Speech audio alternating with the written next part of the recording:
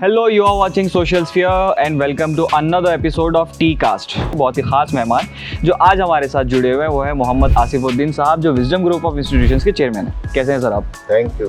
इस साल का अचीवमेंट की अगर मैं ताल्लुक से बात करूं तो कॉलेज की सबसे पहले बताइए कि विजडम का क्या प्रदर्शन रहा है इस साल यूसी साइंस का रिजल्ट पूरे स्टेट में कम, तो मैं डिटेल में कहे बगैर आपसे कहना चाहूँगा इधर डिस्ट्रिक्ट का भी कम है। हमारे विजडम का रिजल्ट मोर देन 75% है और ये परसेंटेज ऑफ रिजल्ट बहुत अच्छा प्रदर्शन है, बहुत अच्छा मुजाहरा है। कोई खास वजह रही होगी, शायद इम्तिहानात एग्जाम डिफिकल्ट हुए हों या पर्चा उस तरीके का नहीं आया? जैसा कि एजुकेशन मिनिस्टर मिस्टर मधु बंगारप्पा जी ने कहा जी कि it is anti cheating result. Engineering के इतना बड़ा फील्ड है जिसमें कैलकुलस मेन होता है, M1 M2 पेपर बच्चे क्लियर ही नहीं करते। कर्नाटका गवर्नमेंट ने गुज़िश्ता साल से एक अच्छा सिस्टम लाया है। क्या हमारे पास इंस्टीट्यूशंस अच्छे नहीं है या सरकार का अमल दखल उसमें सही से नहीं है या बच्चों के माँ बाप की गलती? किसकी गलती है? ब्लेमिंग गेम चल रहा है। मैनेजमेंट को पूछा जाता है तो वो टीचर्स पर ब्लेम करते हैं, टीचर्स को पूछा जाता है तो वो बच्चे पर ब्लेम करते हैं, बच्चे से जब पूछा जाता है तो पेरेंट को ब्लेम करता है, पेरेंट से पूछा जाता है तो स्पाउस पर ब्लेम करते हैं, बीवी है तो शोहर पे ब्लेम करती है, शोहर है तो बीवी पर ब्लेम करती है। समाज को तब्दील करना, समाज को अफेक्ट करना, समाज में अच्छे स्टूडेंट्स और लीडर्स को तैयार करना, ये हमारा विजन होना चाहिए। और बच्चों की एक साइकोलॉजी बनती है कि टीचर की बात नहीं सुनना, माँ बाप की बात नहीं सुनना। तो ये साइकोलॉजी को एक्सप्लॉइट करना, समझना, समझ के पेरेंट उसको एड्रेस करना इस इशू को। ये basic math, basic English, basic Urdu और कन्नड़ा एक ऐसा सेटअप है, 4th 5th पास करने वाला स्टूडेंट अगर हिप्स में आ जाए 3 साल 3.5 साल के बाद वो हिप्स कंप्लीट कर ले। स्टेट गवर्नमेंट से चाहेंगे कि वो ग्रेस मार्क्स दे, क्योंकि मोटिवेशनल एग्जाम है। उनको जो रिजर्वेशन दिया जा रहा है दिया जाना चाहिए। बच्ची को नहीं छोड़ेंगे, नहीं जाने देंगे। मैं तो चाहूँगा, पेरेंट्स से कहूँगा कि उसके ख्वाब को पूरा होने के लिए आप हेल्प करें। 9,000 स्टूडेंट्स लास्ट ईयर बीदर से नीट दिया है, गुलबर्गे में कम है।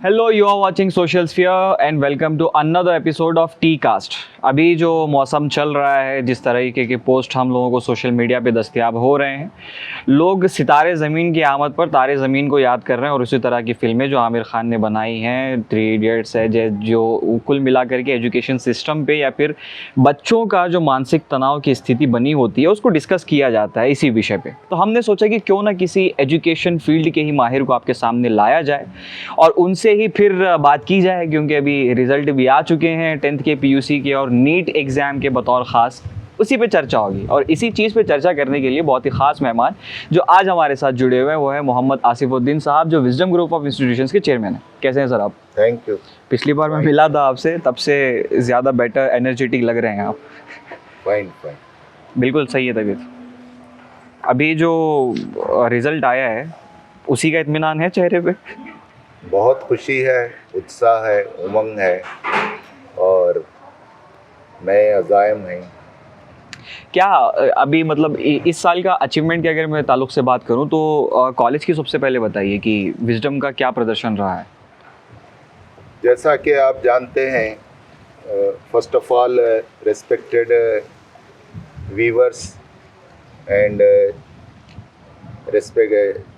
डियर स्टूडेंट्स जो मुझे देख रहे हैं, नाजरीन सुन रहे हैं, आप सबको मालूम है कि इस साल PUC साइंस का रिज़ल्ट पूरे स्टेट में कम है। कम आया है सारे स्टेट बहुत में? कम आया है। तो मैं डिटेल में कहे बगैर आपसे कहना चाहूँगा कि बीदर डिस्ट्रिक्ट का भी कम है। उसमें हमारे विजडम का रिज़ल्ट मोर देन 75% है। ओके। तो ये रिज़ल्ट और ये परसेंटेज ऑफ रिज़ल्ट बहुत अच्छा प्रदर्शन है, बहुत अच्छा मुजाहरा है हमारे बच्चों का, हम इस पर मुतमईन हैं। ऐसा क्यों हुआ है, मतलब इस बार पूरे राज्य में ही इस तरह का प्रदर्शन जो देखने को मिला है? कोई ख़ास वजह रही होगी, शायद इम्तिहानात एग्ज़ाम डिफ़िकल्ट हुए हों या पर्चा उस तरीके का नहीं आया? 2-3 चीज़ें हैं। पहली बात तो ये है कि ये जैसा कि एजुकेशन मिनिस्टर मिस्टर मधु बंगारप्पा जी ने कहा जी। कि it is anti cheating result, anti cheating result. Second web casting result, how? क्योंकि कैमरे बहुत ओके। सख्ती के साथ स्क्रीन आई सी। वॉच किए गए। और तीसरा, जैसा कि आपने कहा कि न्यू स्कीम के तहत क्वेश्चन पेपर पैटर्न भी थोड़ा चेंज हुआ है इस है। बार। हाँ, जो सिर्फ इम्पोर्टेंट पढ़ाते हैं, रटाते हैं, ट्रेडिशनल वे में जाते हैं, बच्चों को लिमिटेड सिलेबस कराते हैं, हाँ, वो उनके लिए ये रिजल्ट बहुत धक्का था। कई सारे कोचिंग इंस्टीट्यूशंस तो बताओ खास जो और पासिंग के लिए पढ़ाते हैं खास तौर से। हाँ, मुझे तो ये कई बार ये स्कैम भी लगता है, क्योंकि if you are acquiring education just for a piece of paper, इसका कोई महत्व नहीं है, इसका कोई मायना नहीं है। आप पास हो जाएंगे उससे, मगर फिर जब प्रैक्टिकल फील्ड में आप पहुंचेंगे वहाँ से आपसे कुछ सवाल किए जाएंगे। यही वजह है कि आजकल कई सारे लोग बेरोजगार बैठे हुए हैं। बहुत सही। तो इट्स अ गुड थिंग मेरे हिसाब से ना। एग्जाम के लिए नहीं पढ़ाना चाहिए, है ना, क्योंकि ये PUC is pre university course. Exactly. अब यूनिवर्सिटी में जब वो जाएंगे तो खास तौर से कॉम्पिटिटिव एग्जाम है जी। इंजीनियरिंग के इतना बड़ा फील्ड है जिसमें कैलकुलस मेन होता है। M1 M2 पेपर बच्चे क्लियर ही नहीं करते, इंजीनियरिंग कंप्लीट ही नहीं होती उनकी, पैसा वेस्ट हो जाता है। बिल्कुल। और डिमोरल होकर ड्रॉप आउट हो जाते हैं। तो एग्ज़ाम के लिए नहीं पढ़ाना चाहिए बच्चों को। आइंदा एक नोबल पर्सन बनने के लिए, ग्रेजुएट और किसी भी लाइन में एक्सपर्ट बनने के लिए पढ़ाना चाहिए। तो अभी इन लोगों ने ये तो फॉर्मेट सेट कर दिया कि चलो ठीक है, ये एंटी थेफ्ट है, एंटी चीटिंग है एग्ज़ाम, और जिन बच्चों को सही से पढ़ाया गया था, जैसे आपने कहा कि कोई शॉर्टकट नहीं, और जो विजडम का पैटर्न है पूरा पढ़ाया जाएगा, जो भी नॉलेज दिया जाना चाहिए वो दिया जाएगा। मगर अब उन बच्चों का क्या होगा जो नाकाम हो गए? उनके लिए भी शायद कोई रास्ता हो। उनके लिए कर्नाटका गवर्नमेंट ने गुज़िश्ता साल से एक अच्छा सिस्टम लाया है जी। यानी एग्ज़ाम 1 हुआ, एग्ज़ाम 2 अभी चल रहा है जी, और फिर इसके बाद एक एग्ज़ाम 3 होगा। ये अगरचे उनके लिए अपॉर्चुनिटी है, लेकिन जाहिर है ये जो बच्चे मोर देन 40% बच्चा है जो रुका है पहले एग्ज़ाम में जी, वो पास होगा तो भी बिल्कुल लाइन पर, बॉर्डर लाइन पर पास होगा। जाहिर है वो ना कोई मेडिकल कर सकेगा, ना इंजीनियरिंग कर सकेगा, ना कोई बहुत बड़ी डिग्री हासिल कर सकेगा। तो ऐसा उम्मीद कम है। तो क्या पता, मतलब कुदरत ने उसके लिए कोई और मंसूबा बना रखा हो हो। सकता है। तो इस बार बिदर ख़ास तौर से जो आपने बात कही, ऐसा क्यों होता है कि हर बार हम लोग देखते हैं, रैंकिंग की अगर बात की जाए तो वो 3 इडियट्स में भी एक डायलॉग है, नीचे से चेक कर, नीचे से चेक कर वही वाला मोमेंट होता है एग्जैक्टली। कहाँ पे लैग कर रहे हैं हम लोग इन टर्म्स ऑफ एजुकेशन? क्या हमारे पास इंस्टीट्यूशंस अच्छे नहीं हैं, या सरकार का अमल दखल उसमें सही से नहीं है, या बच्चों के माँ बाप की गलती? किसकी गलती है यहाँ पर? ब्लेमिंग गेम चल रहा है। और जब मैनेजमेंट को पूछा जाता है तो वो टीचर्स पर ब्लेम करते हैं, टीचर्स को पूछा जाता है तो वो बच्चे पर ब्लेम करते हैं, बच्चे से जब पूछा जाता है तो पेरेंट को ब्लेम करता है। और दिलचस्प और इंटरेस्टिंग बात यह है कि जब पेरेंट से पूछा जाता है तो स्पाउस पर ब्लेम करते हैं, बीवी है तो शोहर पर ब्लेम करती है, शोहर है तो बीवी पर ब्लेम करती है। तब फिर गोल फिर कर मैनेजमेंट को इसकी रिस्पॉन्सिबिलिटी कबूल करना चाहिए। अभी 2 वीक पहले यहाँ पर सिंपोजियम हुआ, उसमें यही बात है कि मैनेजमेंट, स्पेशली प्राइवेट मैनेजमेंट, और इन दोनों में ख़ास बात आपको मैं ये बताते चलूँ कि डेटा बताता है कि सबसे टॉप रिजल्ट जी प्राइवेट अनएडेड इंस्टीट्यूट्स का। अनएडेड इंस्टीट्यूशंस का? यहाँ प्राइवेट इंस्टीट्यूट्स, कॉलेजेस। ये तो है कि मतलब गवर्नमेंट इंस्टीट्यूशंस में तो वैसे भी तवज्जो नहीं दी जाती है बच्चों पे। कभी इस चीज़ को लेके बात होती है आपकी किसी पॉलिटिकल लीडर से या फिर किसी सोशल एक्टिविस्ट से कि नहीं हमको इस दिशा में भी काम करना है? एक जो मॉरल एथिक्स हम लोग बोलते हैं कि आदमी बतौर अपनी जिम्मेदारी लेकर के उस चीज़ को करे, बिला लिहाज आप किस इंस्टीट्यूशन को बिलोंग करते हैं या किस कम्युनिटी को बिलोंग करते हैं। आपने सच फरमाया, ये हमारी सोशल रिस्पॉन्सिबिलिटी है। हम इंस्टीट्यूट वाले समाज को जवाबदेह हैं जी। और इसकी जिम्मेदारी जहाँ मैनेजमेंट पर है वहीं एजुकेशन डिपार्टमेंट पर है जी। गवर्नमेंट पर है, पेरेंट्स पर है, स्टूडेंट्स पर है, ये स्टेक होल्डर हैं। तो ये सबको जिम्मेदारी कबूल करना चाहिए और इसके लिए मैं फेमी का कर्नाटका का जनरल सेक्रेटरी हूँ। तो हमने यहाँ पर एक सिंपोजियम किया कि poor result of SSLC and PUC causes and remedies. पूरे प्राइवेट मैनेजमेंट्स को बुलाया और उन्हें ये बताया कि ये रिस्पॉन्सिबिलिटी आप कबूल करें। क्या होते हैं जनरल कंसर्न्स, क्या होते हैं पेरेंट्स के अपने बच्चों को लेके? बच्चों को लेके जो कंसर्न्स होते हैं, बच्चा सुनता नहीं, जिद करता है, याद नहीं करता, हमारी बात नहीं सुन रहा। एक्चुअली बच्चा जैसे बड़ा होता है और ख़ास तौर से हाई स्कूलिंग में आता है, वहाँ उसकी साइकोलॉजी चेंज हो जाती है और वो पेरेंट पढ़ावा नहीं रहता और ना जानता है। तो 9th में आते ही बच्चा अपने टीचर को और अपने पेरेंट को दुश्मन समझता है और दोस्त समझता है पीयर ग्रुप को। इसलिए बच्चा घर में होता है, पेरेंट बाहर होते हैं, और पेरेंट बाहर होते हैं, बच्चा घर में होता है। और बच्चों की एक साइकोलॉजी बनती है कि टीचर की बात नहीं सुनना, माँ बाप की बात नहीं सुनना। तो ये साइकोलॉजी को एक्सप्लॉइट करना, समझ के पेरेंट उसको एड्रेस करना इस इशू को, और रोज़ाना बात करना, उनसे मिलने का टाइम रखना। टीचर भी इसको समझना है, उसे टीचर्स के भी हमारे पास ट्रेनिंग सेशंस होते हैं, उसमें ये बताया जाता है। ये वैसे एक पिछले पॉडकास्ट में भी हालांकि हमने ये डिस्कस किया था, टीचर्स वाली जो ट्रेनिंग है, it's really a remarkable point. मतलब जहाँ पे मशीन जिस प्रोडक्ट को तैयार कर रही है, पहले मशीन की तो मरम्मत सही से हो। आप एक अच्छे पॉइंट की तरफ आए हैं। फेमी के एम्स ऑब्जेक्टिव में एक अहम चीज़ ये है कि टीचर्स को, जो भी इसके स्कूल्स हैं, इससे जुड़े हुए मेंबर स्कूल, हाँ, उनकी हम पूरा नेशनल लेवल पर, ऑल इंडिया लेवल पर बड़े अच्छे टैलेंटेड हैंड्स हमें JNU से मिले हैं, मानू से मिले हैं और जामिया मिलिया से मिले हैं। तो वो पूरे PhD हैंड्स के ज़रिए से हम ट्रेनिंग्स कराते हैं। और अभी एक 6 महीने की ट्रेनिंग शुरू हुई है टीचर्स की, फिर मैनेजमेंट की ट्रेनिंग्स होते हैं, फिर प्रिंसिपल हेडमास्टर की ट्रेनिंग होती है। एप्टीट्यूड टेस्ट दिया, उसके बाद 12th का रिज़ल्ट आया, मेरे दिमाग में वो मंशा नहीं है, कुछ नहीं है। एप्टीट्यूड टेस्ट का रिज़ल्ट मेरे हाथ में था, पहले नंबर पे जर्नलिज्म लिखा हुआ था उसके ऊपर। गुड गुड, यही तो फ़ायदा है एप्टीट्यूड टेस्ट का।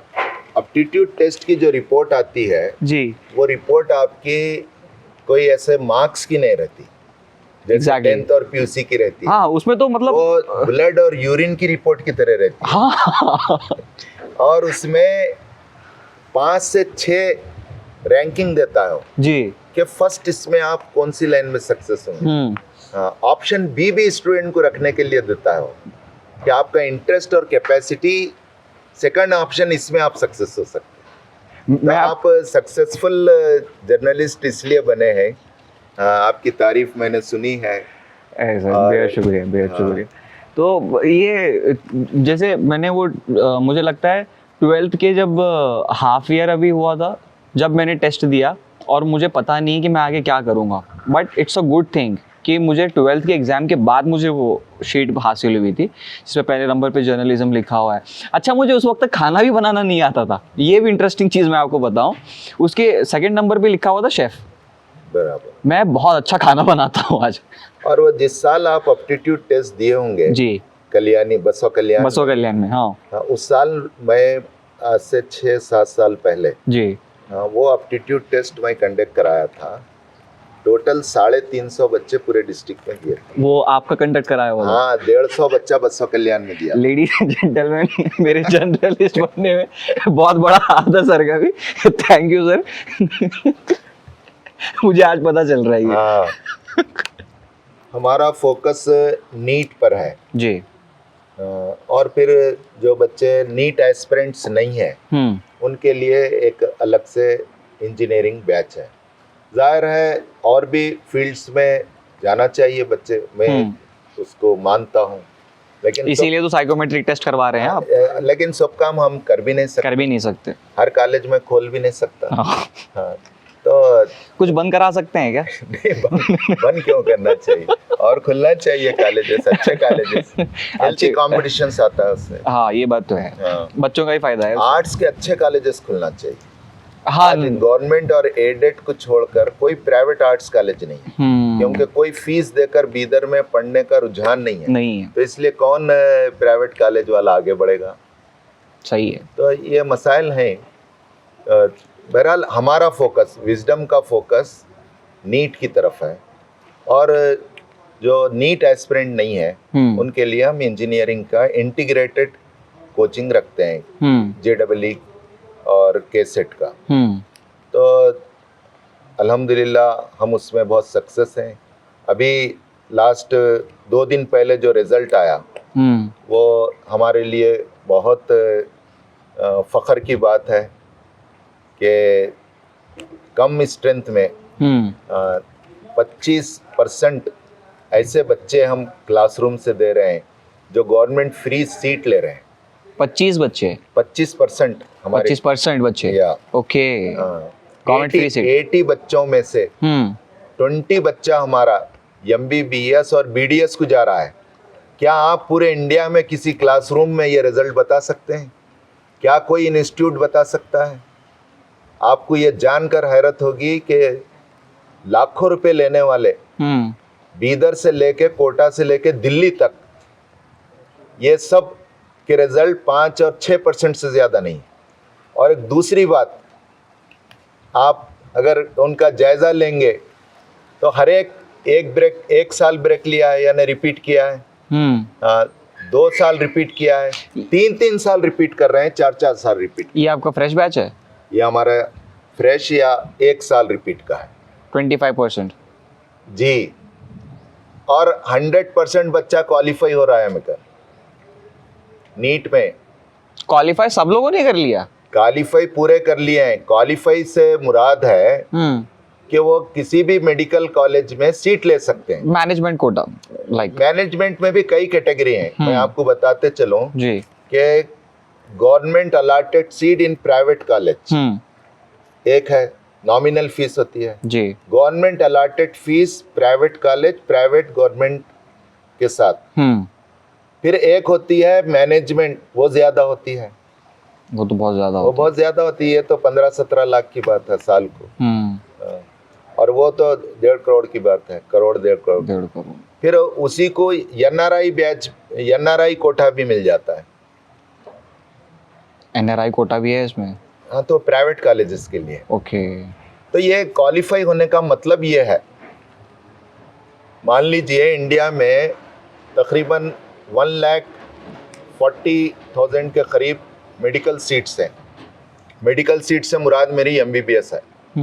1,40,000 है? हाँ, अभी बड़े हैं सीट। और कर्नाटका में मोर देन 13,000 है। 13,000 से ज़्यादा है। हाँ, और हमारे लिए खुशी की बात यह है कि कल्याण कर्नाटक रीजन में 1,500 से ज़्यादा हैं। 9 कॉलेजेस हैं। हाँ, वो आधे तो गुलबर्गा में ही है। हाँ, तो ये आर्टिकल 371 जे का फ़ायदा बच्चों को होगा, और ये बच्चे फ्री मेडिकल सीट 20 बच्चा हमारे पास से MBBS BDS के लिए जा रहा है, और तकरीबन 60 बच्चा ऐसा है जो फ्री BAMS, BHMS, BUMS में सीट ले सकता है। आप पूरी प्रिपरेशन करके आए हैं, आप आंकड़े सारे। नहीं, अभी देखिए आज तीसरा दिन है रिजल्ट आकर। हाँ। पूरी रिजल्ट एनालिसिस में अपने इंस्टीट्यूट का तो मुझे करना है, क्योंकि दिन रात की मेहनत है। इवन संडे भी छुट्टी नहीं है।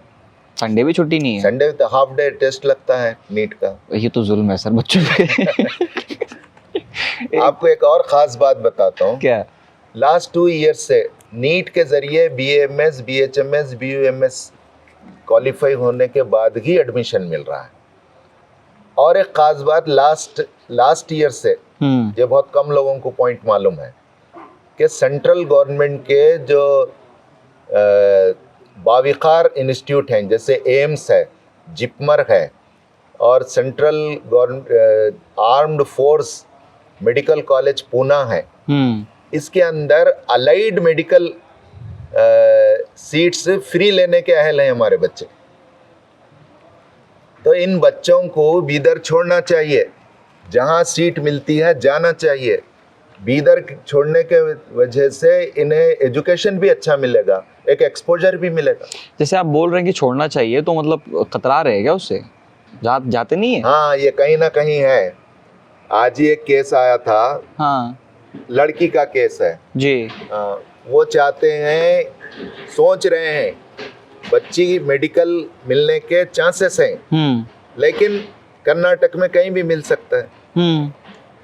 तो हम बीदर नहीं छोड़ेंगे, बच्ची को नहीं छोड़ेंगे, नहीं जाने देंगे। तो जब ये सब चीज़ें, जब आप मेडिकल का ख्वाब बच्ची देख रही थी 11th में, 12th में, नीट पढ़ते हुए, रात दिन मेहनत करते हुए, हाँ, तो मैं तो चाहूँगा, पेरेंट्स से कहूँगा कि उसके ख्वाब को पूरा होने के लिए आप हेल्प करें। हाँ। ये इशू लेके आपके पास आए थे पेरेंट्स? आए थे। क्या आपने क्या जवाब दिया? हमने तो यही कहा कि वेट करें। हाँ। मार्क्स अच्छे हैं, क्योंकि अभी जो नीट का रिजल्ट है इस साल, जैसा कि आप सब जानते हैं, गुज़िश्ता कोविड में जो नीट 2020 में पहली बार नीट की तारीख में आउट ऑफ 720 2 बच्चों ने लिया था, जिसमें शोएब आफ्ताब और एक दिल्ली की लड़की। हाँ, उसके बाद से 2 क्या उसमें इजाफा होते गया, बढ़ता गया। ये साल का पेपर लास्ट 4 इयर्स के मुकाबले में सबसे टफेस्ट पेपर था। उसका एक प्रूफ ये है कि हाईएस्ट स्कोरर राजस्थान का लड़का 686 लिया है। तो नीट में जो परसेंटाइल निकाला जाता है, 686 को 100% मानकर जो बच्चे भी लिए हैं उसका परसेंटाइल आता है जी। तो आपको ये जानकर हैरत भी होगी और खुशी भी होगी कि विजडम के स्टूडेंट्स ने 99 point plus percentile physics, biology और केमिस्ट्री में परसेंटाइल लाए। ये बोलते हुए बड़ा प्राउड फील कर रहे हैं आप? अल्हम्दुलिल्लाह, होना भी चाहिए जी जी। मेहनतें रंग लाई हैं आपकी। लाई हैं। उस बच्ची का मैं पूछ रहा था। हाँ, तो वो कहीं ना कहीं है ज़रा बीदर के माहौल में कि गर्ल्स को बाहर भेजना नहीं चाहते, बॉयज़ को भेजना चाहते हैं। ज़ाहिर है यहाँ एक गवर्नमेंट मेडिकल कॉलेज है, 4 मेडिकल कॉलेज तो गुलबर्गे के जैसा है नहीं। हाँ, फेमिनिस्ट के कान खड़े हो गए होंगे सुन के ये पॉइंट। किसके? फेमिनिस्ट के। वैसे आप इस चीज़ को जब समझा रहे हैं कि नहीं, तालीम निस्वां पे आपका फोकस है, कहीं ना कहीं से महिला सशक्तिकरण होगा, वुमेन एम्पावरमेंट होगा। आप भी फेमिनिस्ट हैं फिर? जी जी। आप खिलाफ थोड़ी हैं तालीम निस्वां के, है ना? तालीम निस्वां के हम तो अलंबरदार हैं। और ये उनका, और हमारे रियासत कर्नाटक के हालात बहुत अच्छे हैं। बच्चों को जाना चाहिए। स्टेट कल्याण कर्नाटक रीजन में रिजर्वेशन है, फिर ये रिजर्वेशन दूसरी जगह भी है। कहीं भी मिले, मेरा मशवरा है मेडिकल सीट ऑप्ट करना चाहिए, अपने ख्वाब को हकीकत में बदलना चाहिए। और मैं ये अलार्म भी देना चाहता हूँ कि ये जैसा इस साल टफ आया है, हो सकता है नेक्स्ट ईयर और टफ आ जाए। देखिए, मैं डियर स्टूडेंट्स, मेरी बात रेस्पेक्टेड पेरेंट भी सुन रहे होंगे, नीट से फिजिक्स केमिस्ट्री निकाला तो नहीं जाएगा, ऑब्वियसली। हाँ, और बच्चे उसी से डरते हैं। बहुत ज़्यादा। हाँ, और ये पेपर देखकर बच्चे तो बहुत परेशान हो गए।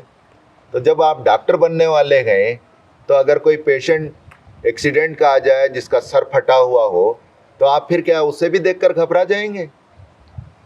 तो आपको मजबूत बनना है, दिलेर बनना है। सही थॉट। वैसे जो स्टूडेंट्स नहीं कर पाए उनके लिए रिपीट करने कहाँ तक सही है सर? वक्त बर्बाद नहीं हो रहा उन लोगों का? इसके लिए एक ही पॉइंट है, क्या? वो ये कि अगर कोई बच्चा रियल एस्पिरेंट है, मेडिकल एस्पिरेंट यानी मेडिकल का ख्वाहिशमंद है, तो ख्वाहिश के सामने 1 साल का रिस्क कोई माना नहीं रखता। तो उससे होगा क्या, वो अपनी ख्वाहिश और तमन्ना को पूरा कर दें। अब उसके जो डिस्ट्रैक्शन पहले थे वो डिस्ट्रैक्शन कट हो जाएंगे। विजडम में वो आ जाए तो उसके ख्वाब को हम पूरा करेंगे, मोबाइल फ्री इन्वायरमेंट देंगे हम। और अगर वो रिपीट करता है तो बोर्ड एग्ज़ाम वो ऑलरेडी क्वालिफाई हो चुका है, पास हो चुका है, उसका लोड नहीं रहेगा। उसे मैथ्स पढ़ना नहीं पड़ेगा, उसे लैंग्वेजेस और इंग्लिश पढ़ना नहीं पड़ेगा, उसे प्रैक्टिकल एग्ज़ाम का टेंशन नहीं रहेगा, और उसे 2 महीने और ज़्यादा मिल जाएंगे, क्योंकि नीट का एग्ज़ाम तो मई के फर्स्ट संडे होता है नेक्स्ट। अब इसकी लिमिट कितनी हो? 1 साल, या फिर नहीं हुआ तो फिर अगले साल कर ले? कितनी? इसमें 2 चीज़ें हैं। पहली चीज़, मैं मालदार पेरेंट्स से कहूँगा कि वो जायदाद बनाने के बजाय अपने बच्चों को पैसा लगाकर अगर पढ़ा सकते हैं तो पढ़ा दें। और अगर वो पैसा पेरेंट कंजूस है या पैसा नहीं लगाना चाह रहे, ठीक है 1 साल रिपीट करे। हाँ, और बच्चा अगर बाउंड्री पर जा रहा है तो फिर बच्चे की काउंसलिंग होनी चाहिए। हर बच्चे का, हर बच्ची का केस अलग हो सकता है, सबको एक डंडे से नहीं हाँका जा सकता। और फिर उसके कितना गैप आ रहा है कट ऑफ में और उसके मार्क्स में, वो गैप वो फिल कर पा रही है या नहीं, कर पाएंगे या नहीं, वो दूसरे साल गौर करना चाहिए। 1 साल का तो रिस्क लेना चाहिए, कैलकुलेटेड रिस्क है। जैसे आप बता रहे हैं कि 2 महीने ज़्यादा मिल जाते हैं, फिर सिलेबस भी छोटा हो जाता है, तो शायद फ़ायदा हो सकता है। पढ़े हुए भी रहते हैं, आसानी होती है, सीरियस हो जाता है बच्चा, सिंसियर हो जाता है। स्कूल भी चला रहे हैं, कॉलेज भी चला रहे हैं, साथ में समाज को बदलने का अलम भी आपने थामा हुआ है। कभी कभी तो होता होगा कि थोड़ा रेस्ट कर लूँ। अब मैं अकेला नहीं रहा, मेरे साथ मेरा नौजवान बच्चा है मोहम्मद सलाउद्दीन फरहान, तकरीबन वो देखते हैं, खुद मेरी मिसेस देखते हैं। तो ये सब देखते हैं, और टीम लीडर्स। पूरा एतमाद है अपने फर्जंद पे आपको? अल्हम्दुलिल्लाह, वो गुज़िश्ता 5 साल से मैनेज कर रहा है और क्वालिफाइड है, MBA है वो। मुझसे अच्छा देख लेता है अभी तो। मैं सिर्फ थोड़ा कॉलेज पे फोकस करता हूँ। तब भी आपके तजुर्बे की, आपकी सरपरस्ती की तो ज़रूरत रहेगी। हाँ। तो शायद उसी लिए अभी थोड़ा थोड़ा। जी। सही है। तो स्कूल का क्या है सर मामला? आज बीदर शहर में टॉप इन टाउन में मेरा स्कूल आता है। क्योंकि जो स्ट्रेंज चीज़ें मैंने सुनी है, ऑक्सफोर्ड लेवल, एक तो मतलब आपके स्कूल को विज़िट भी मैंने की है, वहाँ पे माहौल काफ़ी अलग है। जैसे बच्चों को खेलकूद के साथ भी एक प्रैक्टिकल वे में आप सिखाने की कोशिश करते हैं, तो वो थोड़ा सा समझाइए कि इन्वायरमेंट वहाँ पे कैसा है, कैसे आपने बिल्ड किया है, कहाँ से थॉट जनरेट हुआ था। ये एक्चुअली आप जानते हैं, मैं स्टूडेंट ऑर्गेनाइजेशन से गुज़िश्ता 45 साल पहले अटैच हुआ, SIO से। SIO से जी। तो मैंने स्कूल्स घूमे, कॉलेजेस घूमे, और मुझे मौका मिला यूनिवर्सिटीज़ भी जाने का। और फिर education institute, education system and इसको भी पढ़ने का मुझे मौका मिला, और इस पर मैंने बहुत से सेमिनार, सिंपोजियम्स में अपने पेपर्स भी पेश किए।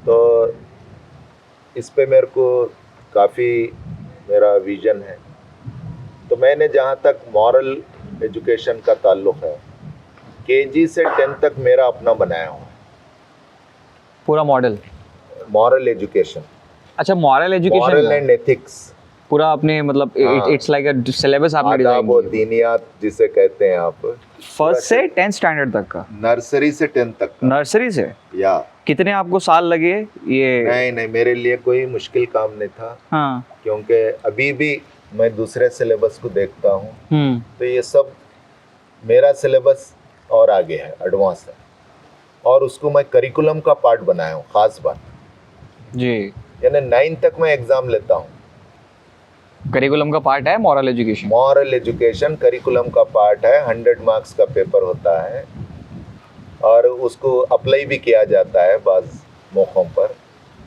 एप्लीकेशन लाइक व्हाट, क्या होता क्या है उसमें? यानी बच्चों के कुछ लाइफ में वो आए, उनके बिहेवियर पे अफेक्ट करे, एक्टिविटीज वगैरह एक्टिविटीज होते हैं, कुछ टूर्स होते हैं, छोटे छोटे टूर्स लोकल में, कुछ असाइनमेंट दिए जाते हैं बच्चों को, ग्रुप्स बनाए जाते हैं, तो वो पढ़ाया ज़्यादा जाता है।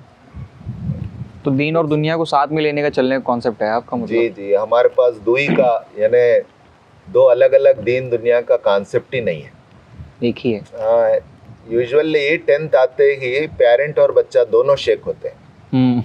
बोर्ड एग्जाम है सर, हमको ये मत पढ़ाइए, दीन मत पढ़ाइए, इसको बाजू हटा दीजिए। तो आपको हैरत होगी 10th में हयात तय्यबा हज़रत मोहम्मद सल्लल्लाहु अलैहि वसल्लम की पूरी सीरत की किताब पढ़ाई जाती है।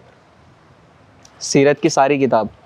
हाँ, किताब है इतनी सी, पूरी किताब 10th में बच्चे को पढ़ा दी जाती है, सीरत 10th क्लास में? 10th क्लास में आराम से, एग्ज़ाम से 2-3 महीने पहले ख़त्म हो जाती है।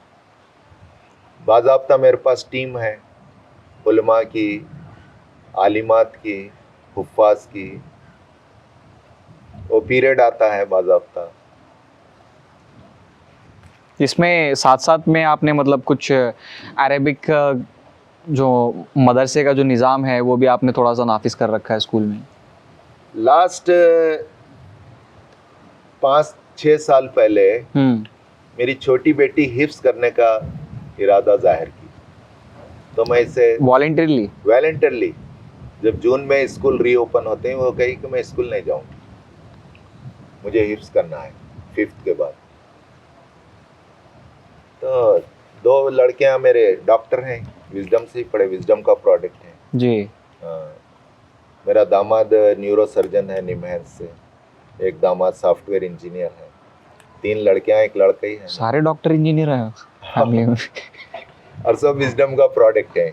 मैं इस पर अल्लाह का शुक्र बजा लाता हूँ, मेरे बच्चे पढ़े हैं। अब आप जिस समाज को जिस चीज़ का पैगाम देने निकले हैं सर, आपको तो एग्जाम्पल घर में ही सेट करना पड़ेगा पहले, तो ऑब्वियस सी चीज़ है। जी, तो वो बच्ची के लिए मैं हिफ्स शुरू करा। हिफ्स शुरू हुआ मेरी बच्ची से, पहली क्लास। तब तक नहीं था? नहीं। एक दिन बच्चा आपकी साहिबजादी आई और उन्होंने ख्वाहिश जाहिर की कि अब मुझे हिफ्स करना है, तो आपने सीधे इंट्रोड्यूस कर दिया उसको स्कूल में? 10 दिन वेट करा मैं, नेक्स्ट वीक को जाएंगे वो, उसको समझाया, लेकिन उसने फिर नेक्स्ट मंडे आते इनकार कर दिया। इरादा अटल था, तो मैंने यही समझा कि अल्लाह की तरफ से, मैं क्यों ये करूं, और वैसे ही हुआ।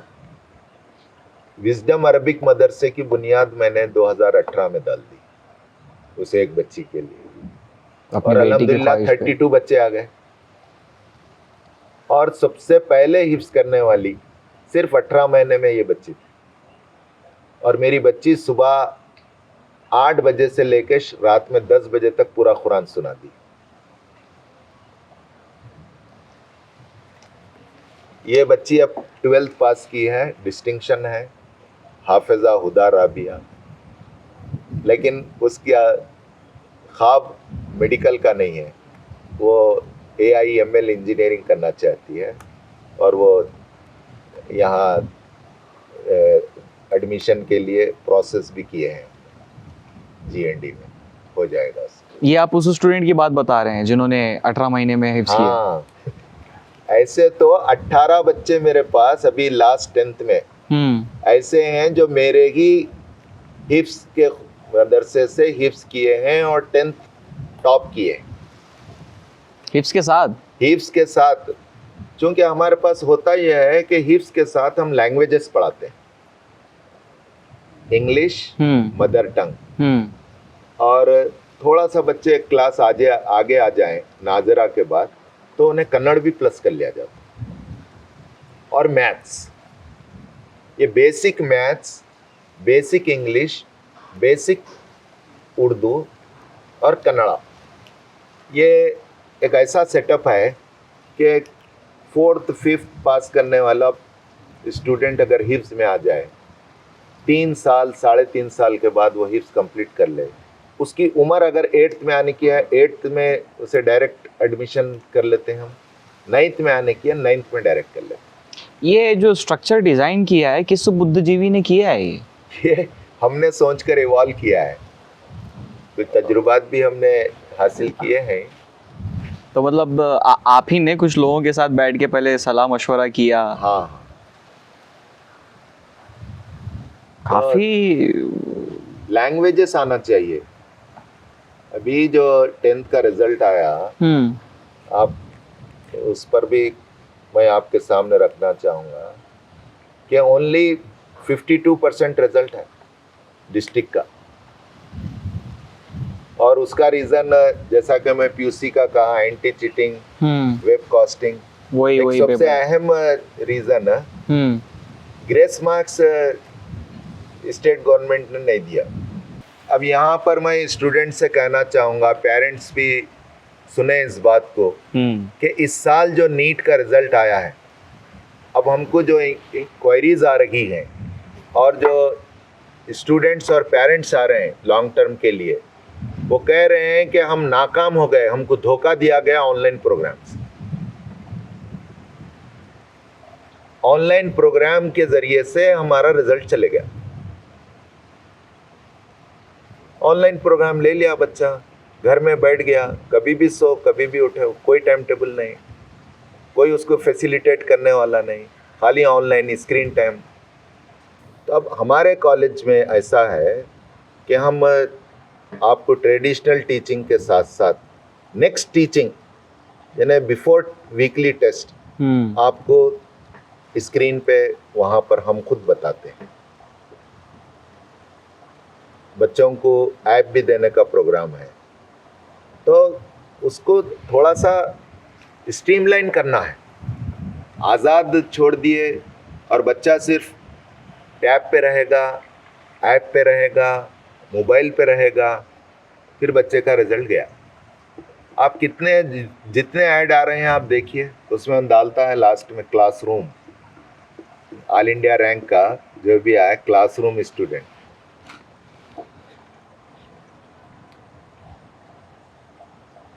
तो उसकी अपनी जगह एक अहमियत है स्मार्ट वर्क की, उससे मैं पूरी तरह उसको नहीं नकार रहा हूँ, उसको भी प्लस करना है, पूरी तरह उस पर भी डिपेंड नहीं रहना है और पूरी तरह छोड़ना भी नहीं है। तो आपको विजडम में ये सब मिल जाएगा। इसमें आप इंस्टीट्यूशन रन कैसे कर रहे हैं, मुझे तो पहले ये बताइए, क्योंकि यहाँ पे क्वालिटी एजुकेशन देने की आप बात कर रहे हैं, साइमल्टेनियसली आपने स्टाफ इतना लगा रखा है, फिर उसमें भी आप उन्हें भी ट्रेनिंग दे रहे हैं, फिर बच्चे फिर ऐसे आ जाते हैं जो अगर रैंक होल्डर्स हैं 95% अगर उनका SSLC में है तो आपने 75% या 50% कुछ कंसेशन आपने दे दिया। फिर कुछ ऐसे भी लड़कियां हैं जो यतीम हैं, जो बैंगलोर से मैंने सुना कि आपके यहाँ फिर 50% में वो भी तालीम हासिल करती हैं, उसका भी 50% आप बेयर कर रहे हैं। कैसे चल रहा है ये रेवेन्यू मॉडल, क्या है? अच्छा सवाल आपने किया है। ये मैं गुज़िश्ता 10 साल से जी स्कॉलरशिप दे रहा हूँ, और लास्ट ईयर भी मैं 1 करोड़ से ज़ायद का स्कॉलरशिप दिया, और इस साल भी मैंने 1 करोड़ से ज़ायद का scholarship PUC first year admission के लिए दिया, और मोर देन 50 लाख अब लॉन्ग टर्म मेडिकल बैच के लिए दे रहा हूँ। जो भी 450 के अबव नीट में मार्क्स लिए हैं उन्हें 100% फ्री लेने का, और फिर ग्रेजुअली उनको हम और क्या स्कॉलरशिप देंगे, उसका डिटेल शेड्यूल मैं आपको शेयर करूँगा। तो ये सब हम कर रहे हैं। कोई एनजीओ, कोई स्पॉन्सर हमको अभी तक नहीं मिला है।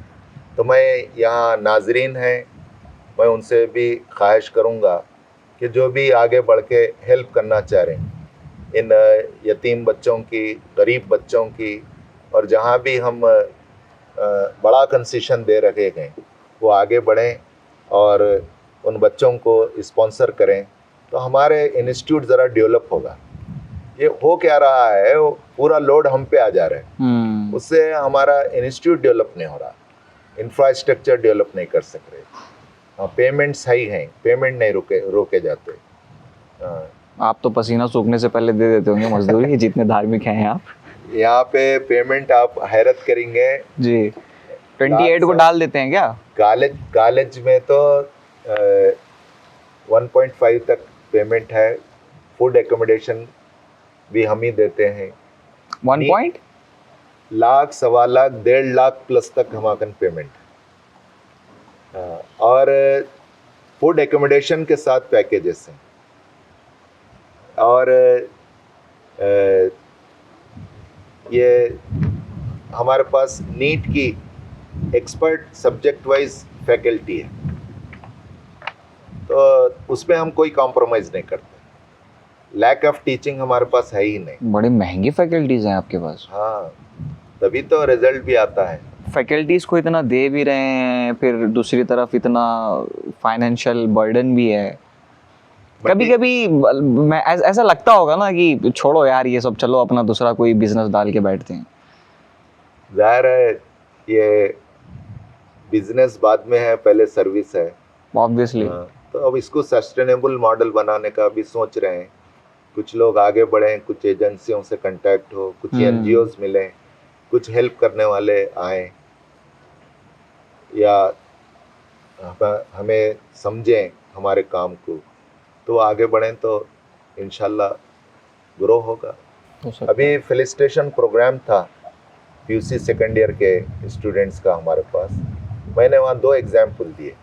एक तो डॉक्टर एपीजे अब्दुल कलाम की दिया जी, जो अपने हाई स्कूल के ड्रॉप आउट थे। फिर यहाँ एक डीसी साहब आए थे, पीसी जाफर साहब जी। तो मैं उनको एक फेलिसिटेशन प्रोग्राम में बुलाया था चीफ गेस्ट। तो वो 2015 में हमारा 10th का और पीयूसी का पूरे डिस्ट्रिक्ट में टॉप रिजल्ट था जी, और पूरे मुस्लिम इंस्टीट्यूट में, पूरे स्टेट में टॉप रिजल्ट था। तो वो बोले हैरत है हमको, हम तो जब 12th करते थे हमारे मार्क्स 70 से आगे नहीं जाते थे। तो जो बंदा 70 से आगे मार्क्स नहीं लिया, वो जेएनयू से एजुकेशन में पीएचडी कर सकता है और फिर कोचिंग लेकर आईएएस क्रैक कर सकता है। और डीसी अब बेंगलुरु में वो गवर्नमेंट ऑफ कर्नाटका के प्रेस्टिजियस सेक्रेटरी हैं। तो मैं ये दोनों मिसालें दिया। तो यही एग्ज़ाम सब कुछ नहीं है, यहाँ के मार्क्स सब कुछ नहीं है, इसलिए हम बच्चों को मार्क्सवादी बनाना नहीं चाहते। जो बच्चा जितना मार्क्स ले सकता है, जितना आगे बढ़ सकता है, उसके लिए प्रवास करने की पूरा माहौल दे दें, और जो नहीं ले सकता उसको भी डीमोटिवेट न करें, उसको भी मोटिवेट करें। तो आपको हैरत होगी, मैं जो बच्चे रिजल्ट लूज कर चुके जी उनको भी बुलाया, और बुलाकर मैं फ्री उनकी रिमीडियल कोचिंग क्लासेस रखा।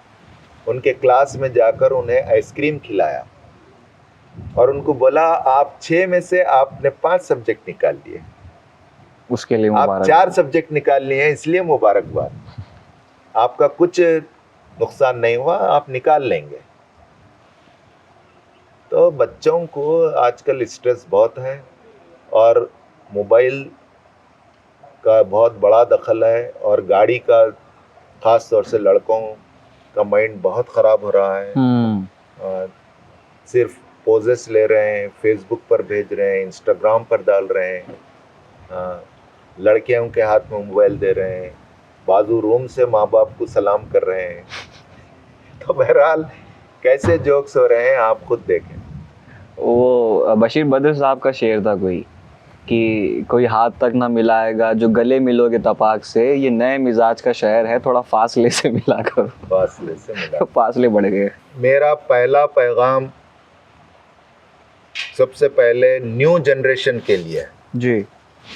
और मैं 4 C's के इसमें देना चाहता हूँ। पहली सी ये कि दुनिया बहुत बड़ी है, आप क्रिएटिव थिंकिंग के इख्तियार करें। जो काम भी कर रहे हैं, जो पढ़ रहे हैं, उसको नए तरीके से करें, इसी का नाम क्रिएटिव थिंकिंग। फिर आप दूसरा सी, आप क्रिटिकल थिंकिंग के साथ किसी भी काम को करें, क्वेश्चनिंग करें, रीजनिंग पूछें। हो सकता है ये क्वेश्चनिंग रीजनिंग के ज़रिए आपको जो याद करने, मेमोराइजेशन, रटने की जो आदत है वो ख़त्म हो जाएगी। और आप वो क्वेश्चंस ज़रूर आपको बोर्ड एग्ज़ाम्स में, 12th में, 10th में, कॉम्पिटिटिव में आएंगे तो ज़रूर आप क्रैक कर सकें। अभी नीट का जो ये आया उसमें बहुत सही बात यह है कि इधर उधर की किताबें पढ़ने के बजाय NCERT के बुक को 4 तरीके से पढ़ना है। एक तो पढ़ना एक काम है, दूसरा समझना एक काम है, तीसरा उसको अप्लाई करना एक काम है, चौथा ये कि टीचर या क्वेश्चन पेपर सेटर के माइंडसेट को सामने रख के आप वो पढ़ें। बहुत इजी क्वेश्चन, इवन स्टूडेंट कह रहे थे साइंटिस्ट के मुताल्लिक पूछ लिया, हम पढ़ते ही नहीं, वो फर्स्ट पेज पे रहता हो। बायोलॉजी के फर्स्ट पेपर पे जो NCERT के है वो पूछ लिया। तो आपकी क्रिटिकल थिंकिंग होनी चाहिए। फिर थर्ड सी कि आपका कम्युनिकेशन स्किल अच्छा होना चाहिए। देखिए, कम्युनिकेशन स्किल चाहे मदर टंग में हो, आपका कम्युनिकेशन स्किल देखकर मुझे बहुत खुशी होती है। अल्लाह आपको और तरक्की दे। तो आप मदर टंग में जर्नलिस्ट बने जी। हाँ, तो मदर टंग हो। फिर आज वर्ल्ड की जो कम्युनिकेशन स्किल है वो इंग्लिश है। इंग्लिश में भी आपकी वोकैबुलरी अच्छी हो जी, कम्युनिकेशन स्किल हो, आपको कुछ बोलने आए, कुछ आप खुद से लिखने आए। ये पूरे 10th के रिजल्ट का लैकिंग पूरे एक्सपर्ट ये बता रहे हैं कि लैंग्वेज है। क्लासरूम में बच्चा 2 जुमले आंसर के रिस्पॉन्ड नहीं करता तो वो बच्चा स्क्रीन पे 2 जुमले क्या लाएगा? सही है। तो कम्युनिकेशन स्किल ही नहीं है। आपका अगर कम्युनिकेशन स्किल अच्छा रहा तो आपको इंग्लिश के साथ उर्दू में नीट का पेपर है, कन्नड़ा में नीट का पेपर है, हिंदी में नीट का पेपर है, मुल्क की 12 ज़बानों में नीट का पेपर है। कौन सी ताकत है जो आपको नीट क्रैक करने से रोक सकती है अगर कम्युनिकेशन स्किल आपकी अच्छी हो? 4th सी में स्टूडेंट से कहना चाहूँगा, कोलैबोरेटिव एफर्ट्स। अपने आप को, आप जैसा कह रहे थे, कमरों में बंद, मोबाइल के साथ दोस्ती नहीं, इससे आप बाहर निकलें। अपने फ्रेंड से, पढ़ने वालों से अच्छे दोस्ती करें, उनसे आइडिया शेयर करें, अपने पढ़ाने वालों से दोस्ती करें, अपने पेरेंट्स से फिर एक मर्तबा अपने दोस्ती को रिव्यू करें और पूछें कि पापा मम्मी आप मुझे कैसा जानते हैं, कैसे पहचानते हैं, कैसे रहना चाहते हैं, कैसा लाइक करते हैं मुझे। तो आप कोलैबोरेटिव, यानी सबसे आप हेल्प लें। आप समाज के होनहार हैं, इस मुल्क के आप लीडर हैं और हमारी बेहतरीन पूंजी और दौलत है जिस पर हमको फ़ख्र और प्राइड होगा। तो ये प्राइड को पूरा समाज, पूरे माँ बाप, पूरे फैमिलीज़, पूरे इंस्टीट्यूट, पूरे टीचर्स सपोर्ट करने तैयार हैं। मैं इन नौनिहालों से, न्यू जनरेशन से कहूँगा, कोलैबोरेटिव स्किल के ज़रिए वो आगे बढ़े। फिर आखिरी बात ये कि आप क्या भी बने, आप नोबल पर्सनैलिटी बने, आप सालेह नौजवान बने, आप पाक दामन लड़की रहें, आपकी इज़्ज़त आपके ख़ानदान और आपके माँ बाप की इज़्ज़त और शान का ज़रिया बने, दुनिया और आखिरत में सुरखरुई का जरिया बने। ये बस इतना मेरा मैसेज है। एक और चीज़ सर, कुछ इतनी सब चीज़ों के अलावा भी कुछ और चल रहा है दिमाग में कि कुछ नया करना है इसके बाद? हाँ, ये एक कारोबारी नुक्ते नज़र से भी है और फिर मौजूदा असेसमेंट के नुक्ते नज़र से भी। क्या? बैकग्राउंड में जो रिजल्ट्स आ रहे हैं, पूरे एक्सपर्ट्स का बोलना है कि 10th में पढ़ाया जाता है, 10th में टाइम बढ़ाया जाता है, 10th में टीचर को स्पेशल पार्ट टाइम लाया जाता है। क्यों आप 6 से नहीं पढ़ाते? बिल्कुल। क्यों आप 1st से नहीं पढ़ाते? बुनियाद ही कमज़ोर है। हाँ, बुनियाद कमज़ोर है। तो ये डिमांड है, ये वक्त की ज़रूरत है, हर स्कूल की ज़रूरत है। अगर बच्चे के वो कर नहीं पा रहा है तो चंद स्कूल भी करें तो दूसरे स्कूल के बच्चे वहाँ पर शेयर करें। वो है फाउंडेशन कोर्सेस। फाउंडेशन कोर्सेस 1.5 से 2 घंटे का, वीक में सिर्फ 4 से 5 दिन एक्सपर्ट्स के ज़रिए उनकी लैंग्वेज अच्छी की जाए, उनकी मेंटल एबिलिटी को बढ़ाया जाए, उनका साइंस और मैथ्स अच्छा किया जाए। तो लाइक ये कोर्स आप इंट्रोड्यूस करने वाले हैं? ये कोर्स मैं इंशाल्लाह ये साल से शुरू करने वाला हूँ और उसका नाम होगा विजडम फाउंडेशन स्कूल। टाइम कहाँ से लाते हैं सर ये ये तो चीज़ें हैं, ये तो फाउंडेशन कोर्स नाम की भी चीज़ होती है। टीम लीडर्स हैं और अभी जैसा कि मैंने कहा हमको भी कोलैबोरेशन करना पड़ेगा। बहुत से लोग तजुर्बात किए हैं, उनके कामयाब तजुर्बात को शेयर करना पड़ेगा। सीरियसली लीजिए आप लोग भी एजुकेशन को, जो चीज़ें इस पॉडकास्ट में बयान हुई हैं उस चीज़ को एटलीस्ट डिस्कस कीजिए अपने घरों में, अपने दोस्तों के साथ, या फिर उतना टाइम नहीं है तो बस इस पॉडकास्ट को शेयर कर देना तो वो लोग सुन लेंगे और समझ लेंगे। मैं आसिफ सर का भी बहुत शुक्रगुजार हूँ कि उन्होंने अपना वक्त दिया और हमारी ऑडियंस से इंटरेक्शन किया एक बहुत ही अहम मौजू पर, एक बहुत ही अहम मुद्दे पर। आपके और कुछ सवाल हों तो आप आसिफ सर का सोशल मीडिया हैंडल भी है, वहाँ जाकर भी पूछ सकते हैं। बाकी हम लोग कोशिश करेंगे कि और ऐसे ही कुछ जो टॉपिक्स आपकी तरफ से सजेस्ट किए जाते हैं उनके ऊपर एक इलैबोरेटिव सेशन ऐसे ही लेके आए पॉडकास्ट के थ्रू। कुछ सजेशन देना हो आप लोगों को, कुछ कमियां हम लोगों में हैं, वो भी कमेंट सेक्शन में रखिए, अपने ख्यालात भी रखिए इस पॉडकास्ट के लिए, और बतौर ख़ास जो मुल्क में भी एजुकेशन की स्थिति है उस पर आपके क्या विचार हैं वो भी रखना। वीडियो शेयर कर देना, और जो इतना हमारा एफर्ट है, बहुत कुछ जो ताम झाम है जी, मैं भी सामाइन से, ख़ास तौर से पेरेंट्स और स्टूडेंट्स से ये रिक्वेस्ट करता हूँ कि आप इस वीडियो को शेयर करें और हमारा जो आपको और क्वेश्चंस हैं, सजेशंस हैं, हमारे अलुमनीज़ हैं, ये आपके सजेशंस ऑलवेज़ वेलकम। इसको शेयर कीजिए, हम सब मिलकर बीदर को आगे बढ़ाएंगे और तालीम के रिजल्ट्स को बदलेंगे। बिल्कुल, एक बड़े जज्बे के साथ। अच्छा हाँ, एक और चीज़ मैं भूल गया, अभी ये जो खूबसूरत सा सेटअप है हम लोगों का, ये इंस्पिरा बाय SRS, इन लोगों का रिजॉर्ट है बिदर में।